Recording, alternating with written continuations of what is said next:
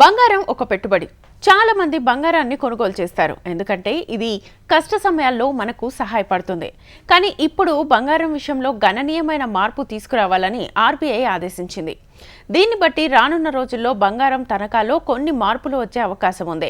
Reserve Bank of India gold లెండింగ్లో కొన్ని లోపాలను సరిదిద్దాలని ఇప్పటికే ఉన్న వాటిని ఎత్తి చూపింది. దీంతో గోల్డ్ లెండింగ్ బ్యాంకులు, గోల్డ్ లెండింగ్ కంపెనీలు ఇప్పుడు వాయిదాల పద్ధతిలో రుణాలు చెల్లించే విధానాన్ని ప్రవేశపెట్టేందుకు ముందుకొస్తున్నాయి. ఈ కొత్త మార్పు వల్ల బంగారంపై రుణాలు తీసుకునే వారికి కొంచెం కష్టమే. సాధారణంగా బంగారాన్ని తాకట్టు పెట్టి రుణం పొందినప్పుడు అది ఒకే మొత్తంలో రీడీమ్ చేయబడుతుంది. రుణం చెల్లించే వరకు వడ్డీ వసూలు చేస్తారు. అయితే అందులో ఇప్పుడు కొన్ని మార్పులు వచ్చే అవకాశం ఉంది. రుణం పొందిన వెంటనే, అంటే మిగిలిన వస్తువులు కొనుగోలు చేసి ప్రతి నెల ఈఎంఐ చెల్లించిన వెంటనే వడ్డీ అసలును ప్రతి నెల చెల్లించాలని బంగారం తనఖా పెట్టేవారికి సూచించేలా ప్రణాళికను రూపొందిస్తున్నారు. బంగారాన్ని తనఖా పెట్టిన మొదటి నెల నుంచే ఇది ప్రారంభమయ్యే అవకాశం ఉంది.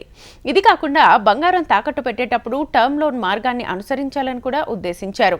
ఇప్పుడు బంగారాన్ని తాకట్టు పెడితే చివరి దశలో రీడీమ్ చేసుకుంటూ మొత్తం చెల్లించొచ్చు. కొత్త పద్ధతిలో ఇలాంటి వ్యవస్థ లేదు. మీరు అసలు మరియు వడ్డీని ఏకకాలంలోనే చెల్లించాలి. ఇది చాలా భారం అవుతుంది, ఎందుకంటే బంగారాన్ని తాకట్టు పెట్టడానికి ప్రధాన కారణం ఆర్థిక ఇబ్బందుల సమయంలో సహాయం చేయడమే. వడ్డీ మరియు అసలును ఒకేసారి చెల్లించడం చాలా కష్టం. ప్రస్తుత వ్యవస్థలో రెండు ఎంపికలున్నాయి. బంగారం మార్టిగేజర్లు తమ వద్ద డబ్బు ఉన్నప్పుడు రుణం మెచ్యూరిటీకి ముందే అసలు మరియు వడ్డీ మొత్తాన్ని తిరిగి చెల్లించే అవకాశం ఇచ్చారు. అయితే బంగారం తనఖాలో లోపాలను ఆర్బీఐ గుర్తించి వాటిని సరిదిద్దాల్సిందిగా కోరినట్లుగా తెలుస్తోంది. నవంబర్ 29న 100 గ్రాముల 24 క్యారెట్ల బంగారం ధర 7,81,000. ఈ రోజుల్లో బంగారం ధరల్లో హెచ్చుతగ్గులు సర్వసాధారణం. గత 10 ఏళ్లలో బంగారం ధర రెండింతలు పెరిగింది.